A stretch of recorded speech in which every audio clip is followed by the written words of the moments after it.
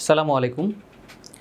সবাইকে স্বাগতম আমাদের এডুকেশনের বহুল প্রতীক্ষিত ভোকাবুলারি ক্লাসে। আপনারা বারবার আমরা ইংরেজি ক্লাস যখন নিয়েছি আপনারা সবসময় বলেছেন যে ভোকাবুলারি আপনাদের সবার একটা জাতীয় সমস্যা, আর ভোকাবুলারি মনে রাখতে সবার সমস্যা হয়। বারবার পড়ি, বারবার ভুলে যাই। সো আমরা ভোকাবুলারি মনে রাখার এমন একটি ইউনিক পদ্ধতি নিয়ে এসেছি, যেটি একটি সায়েন্টিফিক মেথড এবং এটি হচ্ছে নেমোনিক্যাল পদ্ধতি। অর্থাৎ আমরা ছবির মাধ্যমে এবং ছন্দ দিয়ে কোনো একটা পার্টিকুলার ভোকাবুলারি আমরা মুখস্থ রাখার চেষ্টা করব। So welcome to our new episode vocab boss, যেখানে আমরা শিখছি লার্নিং ভোকাবুলারি উইথ নেমোনিক। আর আজকে আমাদের পার্ট ওয়ানের পাশাপাশি আমরা রেগুলার একটা করে পার্ট আপলোড দিব এবং আপনারা এই পার্টগুলো স্ক্রিনশট তুলে নোট করে ফেলবেন এবং বাসায় মুখস্থ করে ফেলবেন। আশা করি ভোকাবুলারি নিয়ে আপনাদের যে বহু প্রাচীন সমস্যা, এই সমস্যার একমাত্র সমাধানটি আপনারা পেতে যাচ্ছেন।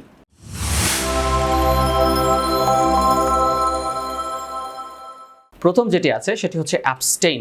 অ্যাবস্টেইন আমাদের অনেক পরিচিত একটি শব্দ। অ্যাবস্টেইন মানে আমরা জানি যে বিরত থাকা, এটা একটা পার্টস অফ স্পিচ হচ্ছে ভার্ব। আনন্দদায়ক কোনো কাজ থেকে বিরত থাকা। আমরা তো অনেক ধরনের কাজ থেকে বিরত থাকি, কিন্তু অ্যাবস্টেইন মানে হচ্ছে কোনো একটা যেটা আমাদের ইচ্ছে করছে, এটি করলে আমাদের অনেক ভালো লাগতো, কিন্তু আমরা কোনো কিছু ত্যাগ করে আমরা সেখান থেকে বিরত আছি। Choose not to consume or take part in, ব্র্যাকেটে আছে এনজয়েবল, অর্থাৎ এনজয়েবল কোনো কিছু আমরা যেটা স্যাক্রিফাইস করছি। ছবি দেখলেই বুঝবেন, ছবিতে দেখেন পার্টি হচ্ছে, ঠিক আছে, পার্টি হো রাহি হ্যাঁ। তো এখানে হচ্ছে আমরা আমাদের ফ্রেন্ডরা হয়তো অনেক বারে গেছে, তারা পার্টি করতেছে, বাট আমরা কি করছি, কোনো একটা কারণে স্যাক্রিফাইস করছি। যেহেতু আমরা অ্যাডমিশনের স্টুডেন্ট অথবা BCS ক্যান্ডিডেট, আমরা কি করছি, আমরা এনজয়েবল কাজ থেকে আমরা পরে অনেক বড় মজা নেওয়ার জন্য আমরা অ্যাবস্টেইন থাকছি। তাহলে চলুন এটা নেমোনিকটা আমরা দেখে নিই। ছবি দেখেই বুঝতে পারছেন যে নেমোনিকটা এই পার্টি সংক্রান্ত কিছুই হবে। এবার ছবির সঙ্গে মিলাই দেখুন, নেমোনিকটা হচ্ছে অ্যাবস্টেইনকে স্টে ইন দিয়ে মনে রাখুন। অর্থাৎ বাইরে সবাই গিয়ে স্টে করছে, বাইরে সবাই পার্টিতে স্টে করছে অথবা কোনো ক্লাবে গিয়ে স্টে করছে, সেখানে অনেক বেশি মজা করছে। আর ওই যে গ্লাসের ছবি দেখালাম, তার মানে ড্রিঙ্ক করছে, চিল করছে, আপনারও ইচ্ছা করছে, অর্থাৎ ওদের সঙ্গে স্টে ইন করতে মন চাচ্ছে। অ্যাবস্টেইনের স্টে ইন, সেটাকে আমরা ভাগ করেছি স্টে আর ইন দুটি দিয়ে। কিন্তু আপনি অ্যাডমিশন প্রিপারেশন নেওয়ার জন্য হোক কিংবা BCS ক্যান্ডিডেট, আপনি বাসাতেই থাকছেন, বাসায় বসে আপনি বইয়ের সামনে বসে বলছেন যে এখন আমি স্টেইন করব না, আমি ভবিষ্যতে স্টেইন করব। তাই অ্যাবস্টেইন হচ্ছে নিজেকে আনন্দদায়ক কোনো কাজ থেকে বিরত রাখা। তাহলে অ্যাবস্টেইনটা খুব সহজে মনে রাখবেন যে স্টে ইন, সেই স্টেইনটা হচ্ছে যে কোনো পার্টিতে, আর সেখান থেকে সেই পার্টির মজার কাছ থেকে আপনি নিজেকে বিরত রাখছেন। ইউজটা দেখুন, একটা সেন্টেন্স দিয়ে আমি মনে রাখার চেষ্টা করেছি। কনসিডার্ড এ হেলথ নাট। হেলথ নাট অর্থ হচ্ছে অনেক বেশি হেলথ কনসিয়াস। জেসিকা হচ্ছে একটি মেয়ে যে হচ্ছে অনেক বেশি হেলথ কনসিয়াস। অ্যাবস্টেইনড ফ্রম, তাহলে অ্যাবস্টেইন মানে আমরা শুনেছি যে বিরত থাকা, মজার কোনো কাজ থেকে বিরত থাকা। From anything containing sugar, even chocolate. আমরা জানি যে চকলেট অনেক মজার একটা জিনিস, সবার অনেক বেশি ফেভারিট, চকলেট খেতে সবারই মন চায়। তাহলে আনন্দদায়ক কোনো কাজ থেকে বিরত থাকছে জেসিকা, অর্থাৎ চকলেট খাবার থেকে বিরত থাকছে। তাহলে অ্যাবস্টেইন আমরা একটা নেমোনিক শিখলাম এবং সেটি দিয়ে একটা সেন্টেন্স শিখলাম। এর চেয়ে কোনো বেটার ওয়েতে কিন্তু আর শেখার কোনো উপায় নেই। তাই অ্যাবস্টেইন আমরা খুব সুন্দরভাবে স্টেইন নেমোনিক দিয়ে মনে রাখবো।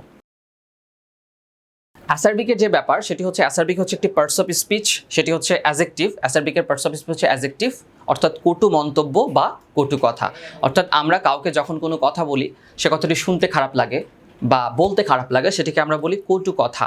অর্থাৎ অ্যাসারবিক দ্বারা তিক্ত বা কটু স্বাদ বোঝায়, কিন্তু সেটি খাওয়া না, অর্থাৎ শুনতে রূপক অর্থে বোঝায়। অর্থাৎ কাউকে আমি এমন কিছু বললাম বা কেউ আমাকে এমন কিছু বললো যেটা শুনতে অনেক তিক্ত লাগলো। তো সেই তিক্তর সঙ্গে ল্যাপটপের সম্পর্ক কি দেখুন, আমরা একটা ল্যাপটপের ছবি দিয়েছি, ভাঙা ল্যাপটপ। তো অ্যাসারবিকে কেন একটি ভাঙা ল্যাপটপ আসলো, এটি সহজে আন্দাজ করে নেওয়া যাচ্ছে যে আমরা যেরকম ছবি দিয়েছি সেই অনুযায়ী কিন্তু আমরা নেমোনিক ব্যবহার করব। অর্থাৎ নেমোনিকটা হচ্ছে মনে রাখার জন্য। নেমোনিকে চলে এসেছি, দেখুন ল্যাপটপের গল্পটা তাহলে বলেই ফেলি। গল্পটা মনে রাখবেন যে আপনার একটা এসআর ল্যাপটপ আছে ধরুন, সেই ল্যাপটপটা যেহেতু অ্যাসারবিক, ল্যাপটপের নাম দিয়েছে এসআর ব্র্যান্ড থেকে। তাহলে এসআর ল্যাপটপটা আপনার পুরাতন হয়ে গেছে, এখন আপনি নতুন একটা ল্যাপটপ কিনতে চান, কিন্তু আপনার বাবা হচ্ছে হার কিপটুস, সে আপনাকে কিছুতেই ল্যাপটপ কিনে দিবে না। তখন আপনি কি করলেন, আপনি অ্যাসার ল্যাপটপটাকে ব্রিক দিয়ে ভেঙে ফেললেন। ব্রিক মানে কি, ব্রিক মানে হচ্ছে ইট। অর্থাৎ আপনি অ্যাসার ল্যাপটপকে যখন ব্রিক দিয়ে ভেঙে ফেলবেন, তখন সেটা কি হবে, আপনার বাবা বাধ্য হয়ে আপনাকে নতুন একটা ল্যাপটপই কিনে দিল। কিন্তু এমনি এমনি কিন্তু কিনে দিল না, আপনি এই যে ব্রিক দিয়ে আপনার ল্যাপটপটাকে ভাঙলেন, আপনার বাবা আপনাকে অনেক কটু কটু কথা শোনালো যে তুই আমার অবাধ্য সন্তান, তুই ল্যাপটপটা আমার রক্ত পানি করার টাকা সেটা তুই ইট দিয়ে ভেঙে ফেললি একটা নতুন ল্যাপটপ পাওয়ার জন্য।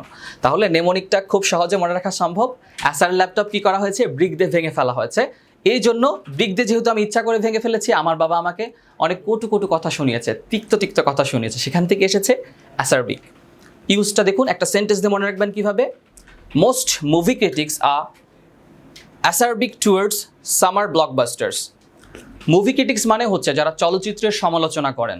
মুভি ক্রিটিক্স মানে কি, যারা চলচ্চিত্রের সমালোচনা করেন, অর্থাৎ চলচ্চিত্রটি ভালো হয়েছে কিনা, মন্দ হয়েছে কিনা, যদি মন্দ হয় কী কারণে মন্দ হয়েছে। তাহলে যারা মন্দ বলেন একটা মুভিকে, চুলচেরা বিশ্লেষণ করেন, তারা কিন্তু অনেক অ্যাসারবিক কথা অর্থাৎ কটু কটু কথা বলেন।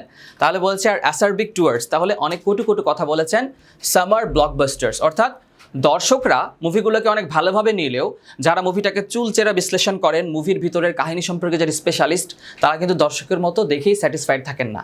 তারা বলেন মুভিটা এই কারণে ভালো হয়নি, ওই কারণে ভালো হয়নি, অনেক তিতা তিতা কথা বলেন। আর সেটা কি ডিরেক্টরের কাছে ভালো লাগবে? অবশ্যই ভালো লাগবে না। তার কাছে কি লাগবে? তিতা বা কটু লাগবে। সেটাই হচ্ছে acerbic. Often referring to them as garbage. অনেকে বলেছে সেটা বস্তা পচা মুভি হয়েছে। তাহলে এটা কি অনেক বেশি কটু একটা কথা। তাহলে সেখান থেকে আসলো কটু বা তিতা কথা, সেটা হচ্ছে অ্যাসাবিক। 3 নম্বর যে ভোকাবুলারিটি আমরা আজকে শিখবো নেমোনিক দিয়ে, সেটি হচ্ছে অ্যাডাম্যান্ট। অ্যাডাম্যান্ট হচ্ছে এক পার্টস অফ স্পিচটা হচ্ছে অ্যাজেক্টিভ, অর্থাৎ বুঝতেই পাচ্ছেন কারো কোনো দোষ অথবা গুণ বোঝাচ্ছে। অ্যাডামেন্ট বলতে বোঝায় গোয়ার, আমরা বলি না গোয়ার বা একগুঁয়ে লোক, যে হচ্ছে কিছুতেই যেটা বলেছে সেটাতেই সে কি থাকতে চায়, নিজের কথাতেই সে স্থির থাকতে চায়, অর্থাৎ মত পরিবর্তন করতে চায় না। Refusing to change one's mind. দেখেন, বললাম গোয়ার লোকের কথা আর ছবি দিলাম একটা ডায়মন্ড অর্থাৎ হীরার। তাহলে অ্যাডামেন্ট আমরা নেমোনিক এমন একটি শব্দ কাছাকাছি ব্যবহার করি যেটি হচ্ছে সেম সাউন্ড শোনায়, ঠিক আছে, একই রকম শোনায়, টোন একই রকম। তাহলে অ্যাডামেন্ট থেকে আমরা আসলাম ডায়মন্ডে, অবশ্যই এর নেমোনিকটি ডায়মন্ড দিয়ে হবে। তাহলে চলুন আমরা দেখে নিই অ্যাডামেন্টের নেমোনিকটি কি। দেখুন, আমি বলেছিলাম অ্যাডামান্ট। এখন অ্যাডামান্টকে ভেঙে আপনি দেখেন ভাঙলে হবে এ ডায়ামান্ট, একই রকম শোনাচ্ছে। ভাঙলে কিন্তু সেম আসছে না, বাট উচ্চারণ কি শোনাচ্ছে, অ্যাডামান্ট ভাঙলে এ ডায়ামান্ট, এভাবে মনে রাখবেন। তাহলে পৃথিবীতে যত রকম পদার্থ আছে তার মধ্যে সবচেয়ে কঠিন পদার্থ কোনটা? হীরা। আমরা তো সবাই জানি ডায়মন্ড বা হীরা হচ্ছে সবচেয়ে কঠিন পদার্থ বা শক্ত পদার্থ। তাই হীরা দিয়ে যে কোনো কিছুই বাঁকানো যাবে, কিন্তু কোনো কিছু দিয়ে হীরাকে কি বাঁকানো কিন্তু যাবে না। তাহলে অ্যাডামেন্ট হচ্ছে এমন একজন মানুষ যে কোনোভাবে অন্য কারো কথা মেনে নেবে না, অর্থাৎ হীরার মতো যে একদম নিজের কথায় যে কঠিনভাবে স্থির থাকে, অর্থাৎ অ্যাডামেন্ট মানুষ হলো ডায়মন্ডের মতো দৃঢ়। অ্যাডামেন্ট তাহলে খুব সহজে আপনারা ডায়মন্ড দিয়ে মনে রাখবেন। এটির ইউজ অর্থাৎ সেন্টেন্সটি কিন্তু অনেক বড় একটা সেন্টেন্স, এটি আমি খুব সুন্দরভাবে বুঝিয়ে দিচ্ছি। সিভিল রাইটস আইকন রোজা পার্কস। রোজা পার্কস হচ্ছেন একজন মানবাধিকার রক্ষার আন্দোলনের আইকন, তার নাম হচ্ছে রোজা parks. Will forever be remembered, তিনি চিরজীবন স্মরণীয় হয়ে থাকবেন। ফর অ্যাডামান্টলি রিফিউজিং, তিনি দৃঢ়ভাবে রিফিউজ করেছিলেন। কোনটি রিফিউজ করেছিলেন অর্থাৎ প্রত্যাখ্যান করেছিলেন? অ্যাডামান্টলি, হীরার মতো শক্তভাবে। To give up her sit on a public bus, তিনি পাবলিক বাসে তার সিটটি ছেড়ে দিতে অস্বীকার করেছিলেন। Even after the bus driver insisted, যদিও বাস ড্রাইভার তাকে বলেছিল যে এই তুমি সিট থেকে উঠে যাও। She remained rooted in place, তিনি তার জায়গায় বসে থাকলেন। এটির পিছনে ছোট্ট একটি ঘটনা আছে, সেটি হচ্ছে আমেরিকাতে যারা কৃষ্ণাঙ্গ বা কালো ছিল তাদের একসময় এই 100 বছর আগেও বাসে তাদের বসে যাওয়ার কোনো ধরনের রাইট ছিল না, অর্থাৎ শুধুমাত্র শ্বেতাঙ্গরাই বাসের সিটে বসে যেতে পারবে, আর কৃষ্ণাঙ্গ অর্থাৎ কালো যারা তারা কিন্তু দাঁড়িয়ে যেতে হবে। তো তিনি প্রথম মহিলা বা প্রথম মানুষ যিনি হচ্ছে এর বিরুদ্ধে প্রতিবাদ করেছিলেন। তাহলে তার কতখানি সাহস ছিল, ওই সময়ে গিয়ে তিনি দাস প্রথার সময়ে তিনি কি করেছিলেন, এটার বিরুদ্ধে আন্দোলন করেছিলেন। তাহলে তিনি কিন্তু হীরার মতোই শক্তিশালী অর্থাৎ অদম্য ছিলেন। সেখান থেকে এসেছে অ্যাডামেন্ট। পরেরটি অ্যাস্থেটিক। দেখুন, অ্যাস্থেটিক দেওয়ার সাথে সাথে আমরা ঐশ্বরিয়ার ছবি দিয়ে দিয়েছি, আর অবশ্যই বুঝতে পারছেন যে এখানে অনেক অ্যাডজেক্টিভ পার্টস অফ স্পিচ, তাহলে নান্দনিক শৈল্পিক সৌন্দর্য। তো এটা ছেলেরা দেখা মাত্র কিন্তু এই ছবির প্রেমে পড়ে যাওয়ার কথা, কারণ ঐশ্বরিয়া তো সবার একদম আইকন, সবাই ঐশ্বরিয়ার প্রেমে পড়ে যায়। তাহলে অ্যাস্থেটিক হচ্ছে আমরা ভাঙবো, আর ঐশ্বরিয়ার যারা অনেক বেশি ফ্যান তারা কিন্তু আদর করে ঐশ্বরিয়াকে বলে অ্যাশ। তাহলে চলুন দেখি যে এই ছবি থেকে আমরা কিভাবে নেমোনিক বের করি। এসেছে হচ্ছে concerned with the appreciation of beauty, অর্থাৎ সৌন্দর্যের, আমরা অনেক বেশি সৌন্দর্য কোনো কিছুর মধ্যে যখন থাকে আমরা বলি অ্যাস্থেটিক। তো ঐশ্বরিয়া তো অনেক সুন্দরী, সেখান থেকে তো অ্যাস্থেটিক আসবেই। এই মনে রাখার জন্য অনেকগুলো উপায় আছে, কিন্তু আমরা ঐশ্বরিয়া দিয়ে মনে রাখবো। তাহলে অ্যাস্থেটিক মানে হচ্ছে সুন্দর বা শৈল্পিক। এখন আপনি অ্যাস্থেটিক শব্দের হয়তো অর্থ জানেন না, আপনি তো জানেন প্যাথেটিক শব্দের মানে, অর্থাৎ প্যাথেটিক কিন্তু অ্যাস্থেটিকের বিপরীত। অ্যাস্থেটিক মানে সুন্দর আর প্যাথেটিক মানে হচ্ছে করুণ। আবার সবাই আমরা ধরি যে ঐশ্বরিয়া রায় কিন্তু অনেক বয়স হয়ে গেছে, তাই ঐশ্বরিয়া রায়কে আগের মতো আর ঠিক অ্যাস্থেটিক লাগছে না, তাহলে প্যাথেটিক লাগছে। এটি দিয়ে আপনি মনে রাখার চেষ্টা করবেন যে অ্যাস্থেটিক এসেছে অ্যাস্থেটিক থেকে, অর্থাৎ ঐশ্বরিয়া আগে অনেক বেশি সুন্দর ছিল, একটু বুড়ো হয়ে যাবার কারণে তাকে কিন্তু আর আগের মতো, এই ছবি অনেকদিন আগে তোলা তাই এত অ্যাস্থেটিক লাগছে, কিন্তু ঐশ্বরিয়া কিন্তু আগের মতো আর অ্যাস্থেটিক লাগে না। তাহলে ইউজটা কীভাবে শিখবো আমরা? The director not known for his aesthetic sensibilities, অর্থাৎ পরিচালক, তার মধ্যে সৌন্দর্যের অনেক বেশি অনুভূতি নেই, decided to use costumes at all and put on the play in everyday clothing. তিনি কি করেছেন? একটা পোশাক দিয়েই তিনি পুরো সিনেমা চালাতে চাচ্ছেন। সিনেমাতে আপনারা দেখবেন একটু পরপরই কিন্তু নায়িকা অথবা নায়ক একটা দৃশ্যেই দেখবেন তারা 5 থেকে 6 বার পোশাক বদলায়, অর্থাৎ নতুন নতুন পোশাকে তাদেরকে গানে আনা হয়। কিন্তু ডিরেক্টরের মধ্যে অ্যাস্থেটিক সেন্স নাই, অর্থাৎ টাকা হয়তো কম আছে, তার মধ্যে সৌন্দর্যবোধ কম, সে কী করছে? একটা ড্রেস দিয়েই পুরো সিনেমা চালিয়ে দিতে চাচ্ছে। তাহলে সেটি কি অ্যাস্থেটিক হবে? অবশ্যই অ্যাস্থেটিক হবে না, কি হবে? প্যাথেটিক হবে। পরেরটি হচ্ছে অ্যামালগাম। অ্যামালগাম হচ্ছে একটা নাউন, পার্টস অফ স্পিচ, অর্থাৎ কোনো কিছুর মিক্সচার বা মিশ্রণ, এ মিক্সচার অফ মাল্টিপল থিংস। তাইলে অনেক কিছুর সংমিশ্রণ বোঝাতে গিয়ে আমি কেন দাঁতের ছবি দিলাম? চলুন নেমোনিক দেখলে আপনি বুঝতে পারবেন কেন আমি এখানে অ্যামালগাম দিয়েছি। নেমোনিকটি হচ্ছে, আমরা আজ থেকে 1500 বছর পূর্বের একটা ঘটনায় চলে যাব। সু গং নামে একজন চীনা ডাক্তার ছিলেন, যিনি দাঁতের নতুন একটা ধরনের চিকিৎসা পদ্ধতি আবিষ্কার করেন, এবং তিনি আমাদের দাঁতের মাঝে যে গর্ত হয় সেটাকে আমরা জানি যে পেপসোডেন্টের অ্যাড দেখলে আমরা দেখি বলে ক্যাভিটি। তো এই ক্যাভিটি যখন মানুষের দাঁতে হতো তখন তিনি সেখানে কি করতেন? তামা বা টিন এগুলো দিয়ে পারদ মিশিয়ে সেই গর্ত বন্ধ করে দিতেন, যেটি কিন্তু এখনও অনেকাংশে প্রচলিত আছে। এটিকে আমরা বলি সিল করে দেওয়া, অর্থাৎ দাঁতের মাঝখানে যদি গর্ত হয় সেখানে খাবার যেন আটকে না যায়, সে জায়গাটা আমরা সিল করে দেন ডাক্তাররা। সেটির উদ্ভাবক হচ্ছেন তিনি। আর পারদ মিশ্রণ দিয়ে দাঁত চিকিৎসার এই পদ্ধতিকে বলা হতো অ্যামালগাম, অর্থাৎ গাম দিয়ে যে ধাতুটা দিয়ে একটা গাম আঠা জাতীয় পদার্থ তৈরি করা হতো, সেখান থেকে এসেছে অ্যামালগাম। তাহলে দেখুন এই নেমোনিক থেকেই কিন্তু অ্যামালগাম রিয়েল শব্দটির উৎপত্তি।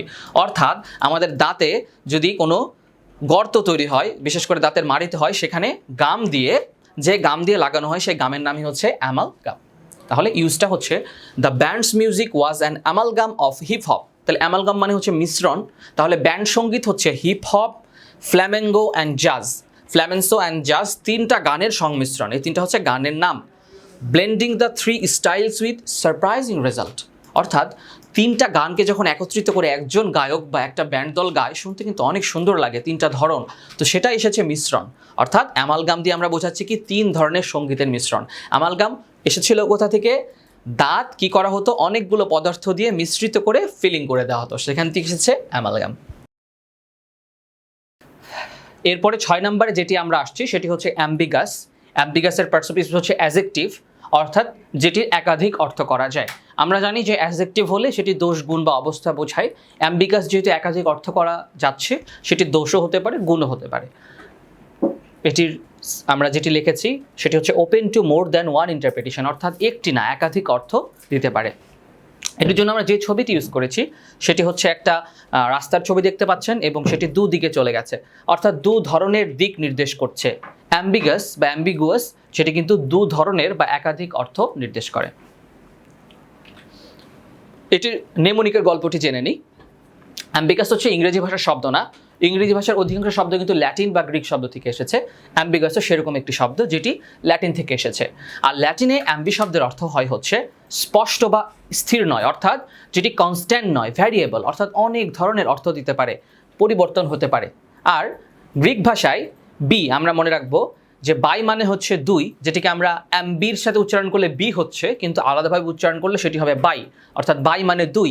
তাহলে অ্যাম্বিগাস হচ্ছে যেটির কোনো স্পষ্ট একটি অর্থ করা যাচ্ছে না, একাধিক, চাইলে 2 ধরনের অর্থই করা যেতে পারে। তাহলে অ্যাম্বিগাস আমরা দুটো দিয়ে মনে রাখতে পারি, একটা হচ্ছে অ্যাম্বি দিয়ে আর একটা হচ্ছে বি দিয়ে বা বাই দিয়ে, যেটির একাধিক অর্থ করা যায়। দেখুন সেন্টেন্সটি বুঝলে আরও ইজিলি বুঝতে পারবেন।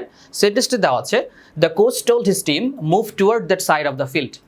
কোচ তার দলকে বললেন যে মাঠের ওই কোনায় যাও, কিন্তু কোন কোনা সেটি কিন্তু বলে দেননি। Because he did not point, তিনি আঙ্গুল দিয়ে দেখাই দেননি কোন, মাঠের তো অনেকগুলা কোণা, 4টা কোণা।